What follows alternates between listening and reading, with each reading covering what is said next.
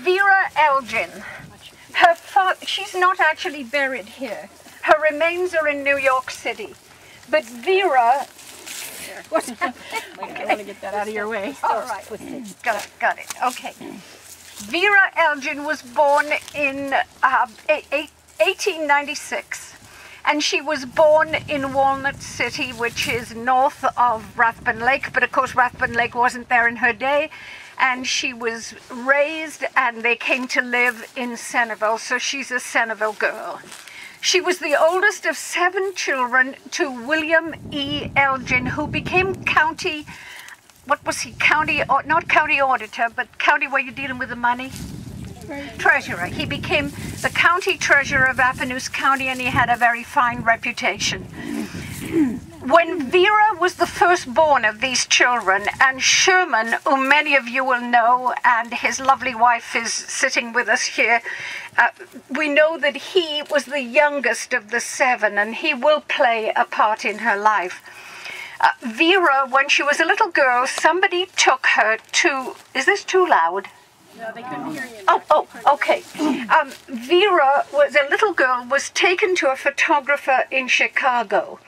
And the photographer was absolutely in awe for what he described as the completely fragile beauty of this little girl. Then some years later, she was living in Kansas City, and she went to a photographer there. The photographer again was absolutely in awe and told her that both her face and her body were absolute perfect reproductions of the physical beauty that America then most admired. Using that bit of background, she went to New York City. Now, along the way, she had got married to a man from Oskaloosa. And his name, we know, was Mansell Martin. So she sometimes was called Vera Elgin Martin, sometimes Vera Martin. But that marriage did not last, and she wound up in New York City and became one of America's, if not the top model in the whole country. People in town here were going repeatedly to the bookstores and the magazine stores when they knew that Vera Elgin, and sometimes she used the name Martin and sometimes she didn't, to see her beautiful face, and sometimes the face was simply painted so that artists would have her, and she described it as really an agonizing life. You'd have to sit for hours and hours and hours while a painter recorded what you looked like. And then she came home to Appanoose County on 3 occasions for the funeral of her father, for the funeral of her mother, and then on one occasion in 1934, when she really was now established as a top model, and along the way she'd acquired a second husband. She had gone to a Beaux-Arts evening of entertainment in New York City, and had fallen in love, they say it was absolutely love at first sight, with a French attaché at the French embassy in Washington, D.C. He was in New York, and the two were very quickly married.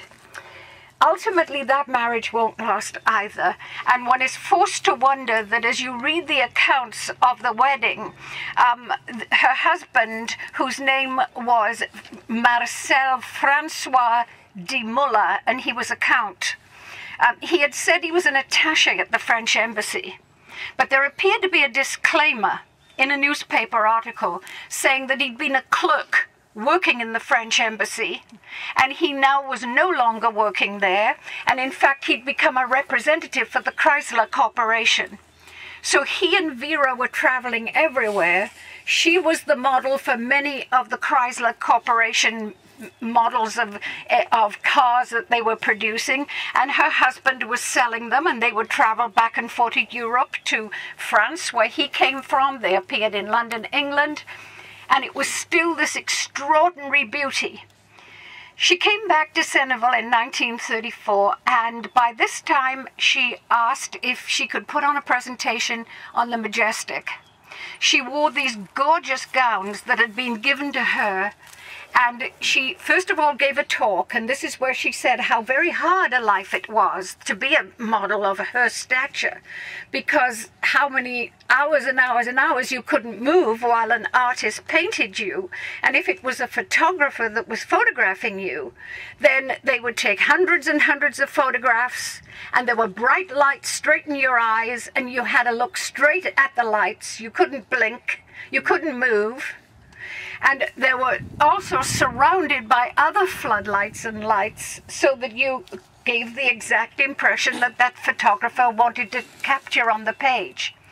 She was repeatedly on the front cover of the Saturday Evening Post, Ladies' Home Journal, the Cosmopolitan, when the Cosmopolitan back that day and age was not the kind of magazine it became. It was perfectly respectable. Hearst's Cosmopolitan, and then there were books being produced. There was a new version of Alice in Wonderland, and she was used as the model for Alice all the way through. She preserved her beauty a tremendously long time, because she was in her 30s when that Alice in Wonderland images of her were taken, and she still looked extremely young and fresh and beautiful. Now, what happened at the latter part of Vera's life is, as she aged, we know that this marriage came to an end with the Count. And I suspect it's because he had sort of presented himself to her as something that she eventually discovered he was not. We don't know, but it lasted a long time. And then we know that when she was in her 50s, she married a third time. This time a much, much younger man, a Texan by the name of Jimmy Goodman. She died in New York City at the age of 55, a tragically young age. Sherman, her brother, and his brother Harold went to New York City, and the Count, the French Count deMueller, reappeared and helped them enormously and was very considerate to the both brothers in New York City. Vera was cremated, and her ashes were left in New York City. Thank you.